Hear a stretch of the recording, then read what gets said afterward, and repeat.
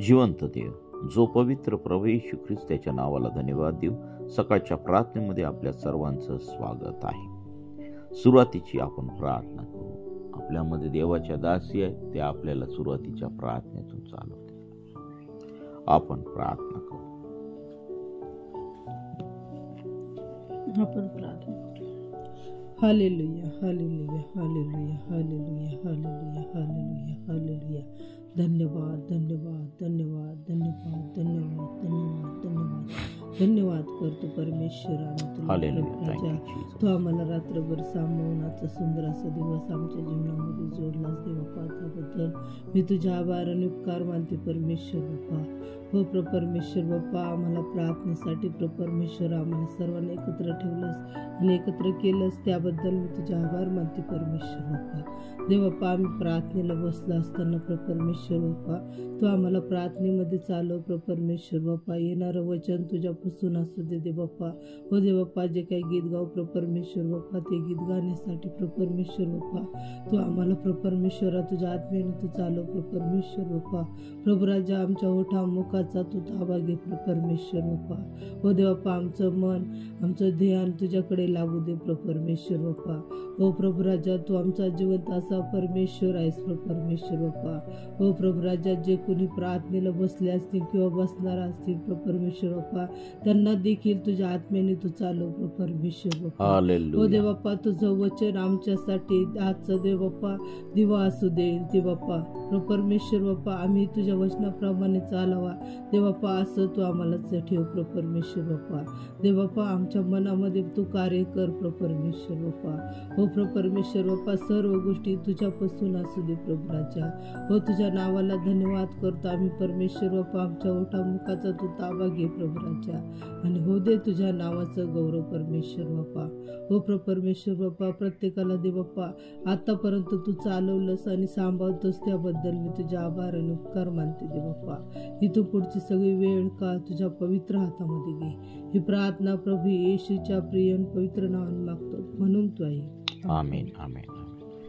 प्रियानो, सकाळच्या मन्नामध्ये आणि सकाळच्या प्रार्थनेमध्ये आपल्या सर्वांचं स्वागत आहे. आजच्या मन्नासाठी आपण शास्त्रभाग काढूया. उत्पत्ती याचं 49वा अध्याय आणि 50व्या अध्याय पाहणार आहोत. प्रियांनो, या ठिकाणी याकोबाने आपल्या मुलांविषयी केलेली भाकीता आम्हाला ह्या ठिकाणी दिसत आहे. मग याकोबाने आपल्या मुलास बोलवून म्हटले, तुम्ही सर्व एकत्र जमून या, म्हणजे पुढील काळी तुमचे काय होईल ते मी तुम्हाला सांगतो. म्हणजे ह्या ठिकाणी याकोबाने आपल्या मुलांच्या विषयी भविष्य ह्या ठिकाणी सांगितलेले आम्हाला दिसत आहे. आणि मग येणेप्रमाणे याकोब त्याच्या मुलांना सांगतो की याकोबाच्या मुलांनो, एकत्र येऊन ऐका. तुमचा बाप इस्रायल याच्याकडे कान द्या. रोबेना, तू माझा ज्येष्ठ, माझे बळ, माझ्या पौरुषाचे प्रथम फळ आहे. प्रतिष्ठेचे श्रेष्ठत्व आणि सामर्थ्याचे श्रेष्ठत्व प्रत्यक्ष तूच आहे. तथापि तू पाण्यासारखा चंचल असल्यामुळे तुला श्रेष्ठत्व मिळवायचे नाही, कारण तू आपल्या बापाच्या खाटेवर चढलास. तू ती भ्रष्ट केली. तो माझ्या शयेवर चढला. शिमोन व लेवी हे भाऊ आहेत. त्यांच्या तरवारी प्रत्यक्ष अत्याचाराची हत्यारे होत. माझ्या जीवा, त्यांच्या मसलतीत शिरू नकोस. माझ्या शिला, त्यांच्या मंडळात सामील होऊ नको. कारण रागाच्या भरात त्यांनी मनुष्यवध केला. त्यांनी उन्मत्तपणाने बैलांच्या पायांच्या शिरा तोडिल्या. त्यांच्या रागाला धिक्कार असो, कारण तो भयंकर आहे. त्यांच्या क्रोधाला धिक्कार असो, कारण तो निष्ठुर आहे. मी त्यांची याकोबा पांगापांग करीन, इस्रायला त्यास विखरीन. हे यहूदा, तुझे बंधू तुझा धन्यवाद करतील. तुझा हात तुझ्या शत्रूंची मानगुटी धरील. तुझ्या बापाचे मुलगे तुझपडे नमतील. यहूदा सिंहाचा छावा आहे. माझ्या पुत्रा, तू शिकार करून डोंगरात गेला आहेस. तो सिंहासारखा, सिंहिणीसारखा दबून बसला आहे. त्याला कोण छेडणार? यहूदाकडचे राजवेत्र ज्याचे आहे, तो येईपर्यंत ते त्याचकडून जाणार नाही. राजदंड त्याच्या पायामधून ढळणार नाही. राष्ट्रे त्याची आज्ञांकित होतील. तो आपले तरुण गाढव द्राक्षतेला आपल्या गाढवीचे शिंगरू उत्तम द्राक्षतेला बांधून ठेवील.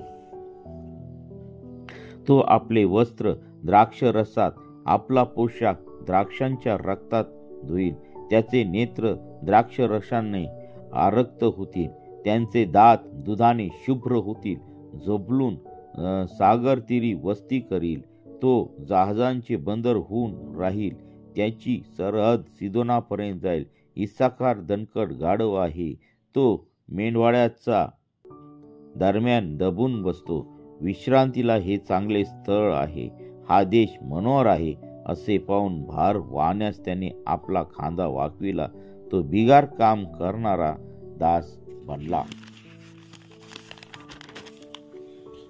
दान इस्रायलाचा एक वंश असून आपल्या लोकांचा तो न्याय करील. दान हा मार्गातला सर्प, वाटेवरचा नाग होईल. हा घोड्याच्या टाचे दंश करीतो, तेव्हा त्यावरला स्वार उलथून मागे पडतो. हे परमेश्वरा, मी तुझकडून उद्धार होण्याची प्रतीक्षा करीत आहे. गाद याच्यावर हल्लेखोरांची टोळी हल्ला करील, तथापि तो त्यांच्या पिछाडीवर हल्ला करील. आशेरचे अन्न पौष्टिक होईल, तो राजास योग्य अशी मिष्टान्ने पुरविल. नप्ताली हा मोकळी सुटलेली हरिणच होय, तो सुंदर भाषणे करणारा होईल. योसेफ हा फळझाडाची शाखा आहे, निर्झरापाशी लावलेल्या फळझाडाची शाखा आहे. त्याच्या डहाळ्या भिंतीवर पसरल्या आहेत. तिरंदाजांनी त्यास विरस्त केले आहे, त्यास बाण मारिले, त्याचा पिछा पुरविला, तथापि त्याचे धनुष्य मजबूत राहिले. याकोबाचा समर्थ देव मेंढपाळ, इस्रायलाचा खडक, याच्या नावाने त्याचे भुज स्फुरण पावले. तुझे सहाय्य करणारा तुझ्या पित्याचा देव तुला वरदान देणार. सर्व समर्थ देव याचकडून हे होईल. वरून आकाशाची व खालून जलाशयाची वरदाने तो तुला देईल. अंगावर पिणाऱ्या व पोटच्या फळांची वरदाने तो तुला देईल. तुझ्या पित्याची वरदाने प्राचीन पर्वताच्या वरदानाहून श्रेष्ठ आहे. ती सनातन डोंगरापासून प्राप्त होणाऱ्या इष्ट वस्तूहून श्रेष्ठ आहेत. हे आशीर्वाद योसेफाच्या मस्तकी आपल्या भाऊबांधा जो प्रथम त्याच्या शिरी येवो. बन्यामीन हा फाडून टाकणारा लांडगा आहे. सकाळी तो शिकार खाऊन टाकील, सायंकाळी लुटीचे वाटे करेल. हे सगळे इस्रायलाचे 12 वंश होत. त्यांचा पिता त्यास आशीर्वाद देताना वचने बोलला ती हीच. प्रत्येकाला ज्याच्या त्याच्या परी त्याने आशीर्वाद दिला. याकोबाचा मृत्यू व त्याचे दफन. मग त्याने त्यास आज्ञा केली की मी आपल्या पूर्वजात जाऊन मिळेल तेव्हा मला एफ्रोन हित्ती याच्या शेतातल्या गुहेत माझ्या वडिलांपाशी पुरा.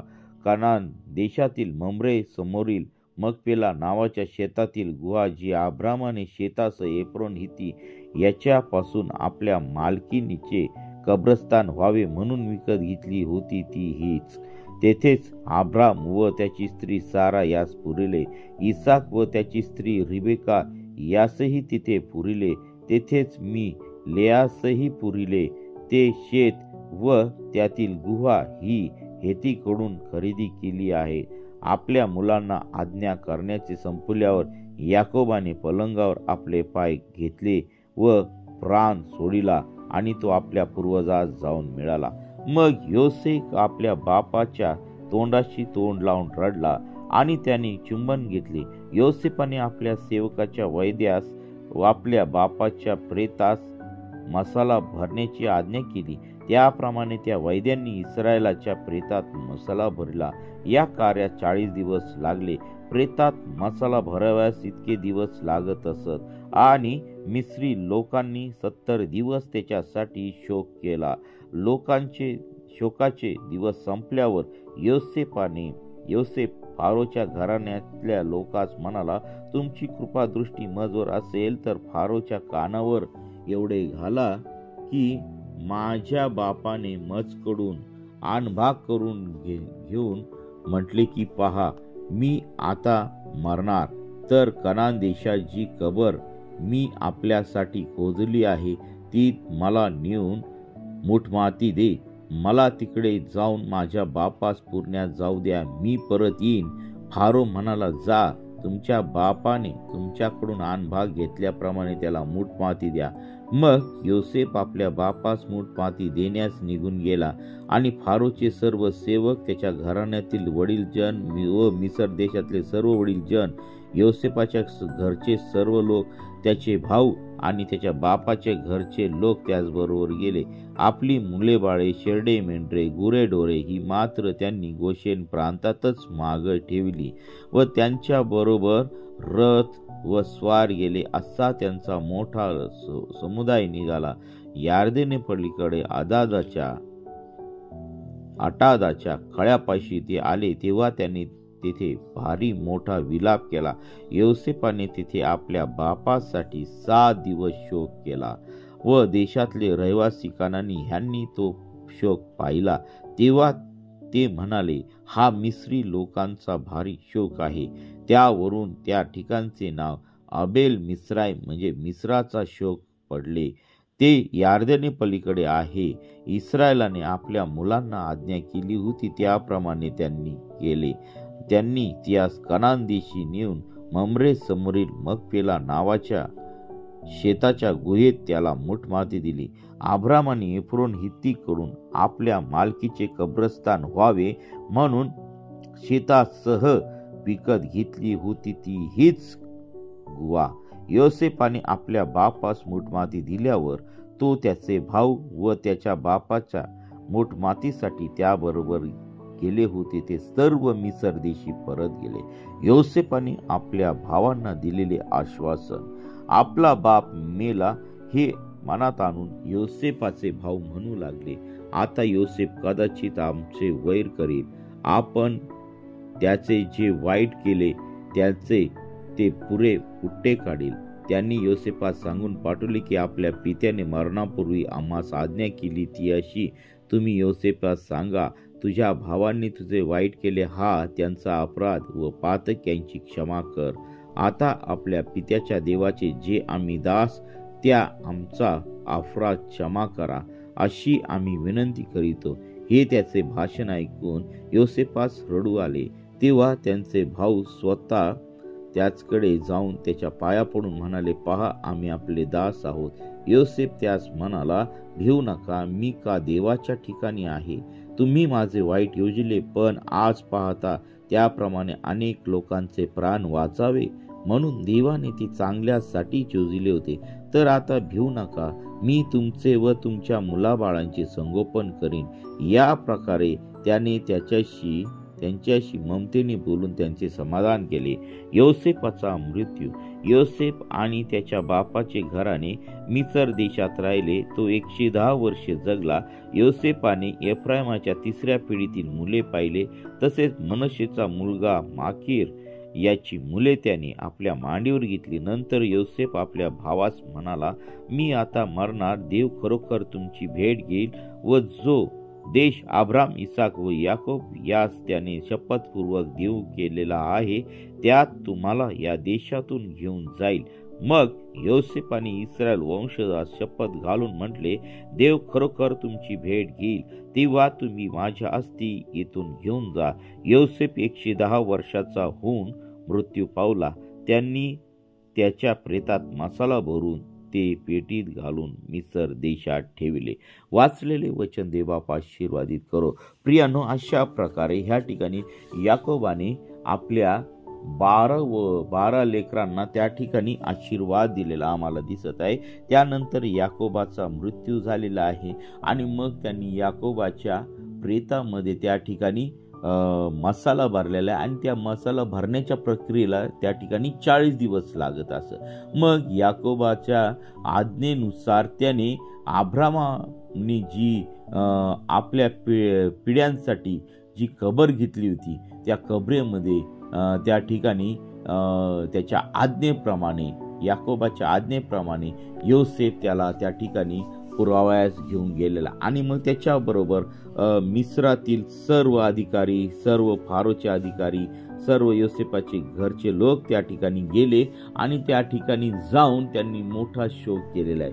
7 दिवस त्यांनी याकोबासाठी त्या ठिकाणी शोक केला आणि मग नंतर त्या गुहेमध्ये त्या ठिकाणी पुरलेला आम्हाला दिसत आहे.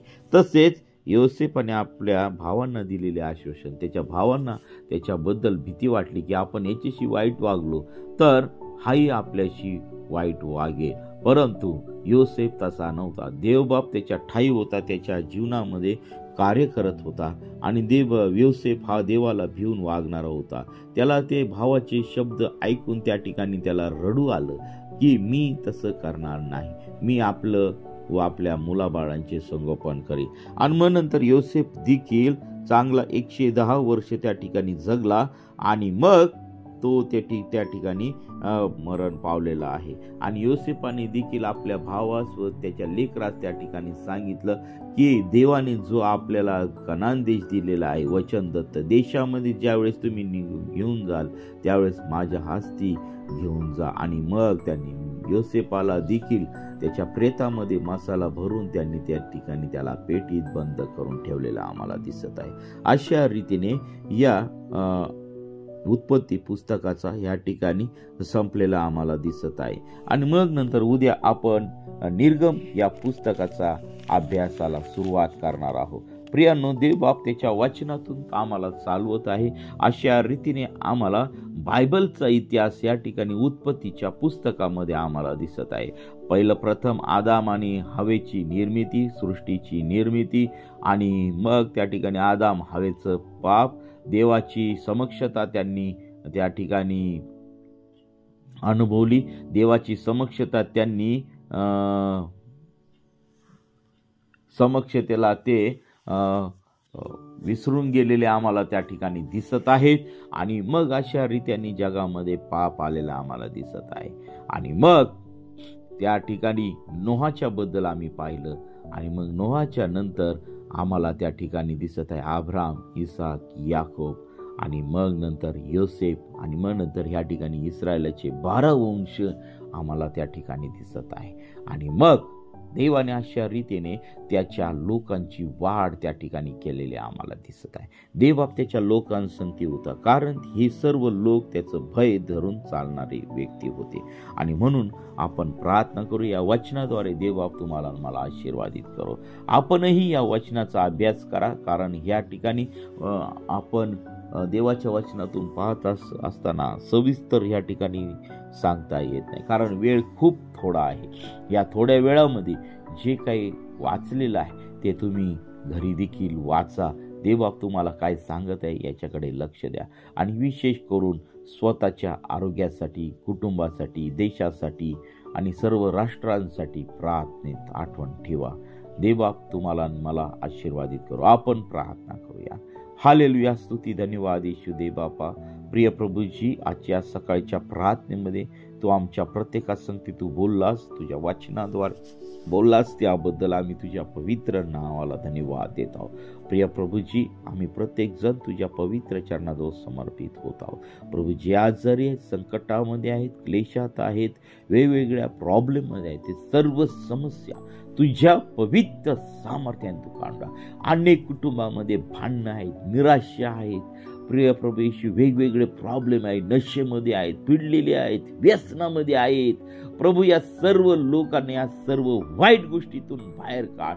ज्या लोकांच्या कुटुंबामध्ये शाप आहेत, वेगवेगळ्या प्रकारच्या संकट आहेत, ते सर्व संकट, शाप तुझ्या पवित्र सामर्थ्याने तू काढून टाक. या प्रत्येक व्यक्तीला तू आशीर्वादित कर. आणि प्रभू, तू आमच्या तुला बसलेल्या फटक्याने आम्हा प्रत्येकाला तू आरोग्य दिलेलं आहे. तुझे वचन आमच्या प्रत्येकाच्या जीवनामध्ये उतरू दे. सर्व सैतानी सत्ता तुझ्या पवित्र सामर्थ्याने काढून टाक. सर्व आजारांची सत्ता आमच्या प्रत्येकाच्या जीवनामधून तू काढून टाक. आणि तुझं गौरव आणि तुझला धन्यवाद आणि प्रिय प्रभू येशू, तुला महिमा देण्यासाठी तू आम्हाला तयार कर. सर्व निराशा, सर्व संकट, प्रिय प्रभूची सर्व प्रकारची कर्ज तुझ्या पवित्र सामर्थ्याने तू काढून टाक. आमच्या लेकरा बाळांना, सर्व तुझ्या प्रजेला तू आशीर्वादित कर. आमच्या देशाला तू आशीर्वादित कर. आणि प्रिय प्रभू येशू सर्व राष्ट्रांना तू आशीर्वादित कर. प्रभू ज्या ठिकाणी भूमिकंप झाला तेथील सर्व परिस्थिती तुझ्या पवित्र हातामध्ये घे. तुझ्या लेकरांचं तू रक्षण कर आणि तुझ्या नावाचं गौरव दे पित्या परमेश्वरा. आमच्या देशातील सर्व व्यवस्था तू आशीर्वादित कर आणि तुझं गौरव दे. प्रभू जे प्रवास करणार आहे त्यांच्या संधी तू राहा. प्रभू ज्यांचे काम अडखळलेले आहेत त्यांच्या कामं प्रिय प्रभू येशू तुझ्या पवित्र सामर्थ्याने तू मोकळे कर आणि तुझं गौरव दे. इथं पुढची वेळ काळ सर्व काही तुझ्या पवित्र चरणाजवळ समर्पित करते. ही प्रार्थना येशूच्या नावाने मागतो म्हणून ऐक. आमेन आमेन आमेन. प्रियांनो, आपल्याला जर प्रार्थनेची गरज आहे तर 9730301668 या क्रमांकावरती संपर्क करा. आम्ही आपल्यासाठी प्रार्थना करत आहोत. देवबाप आपल्याला व आपल्या परिवाराला आशीर्वादित करो आणि देवाच्या नावाला धन्यवाद देऊ. आमेन आमेन आमेन आमेन.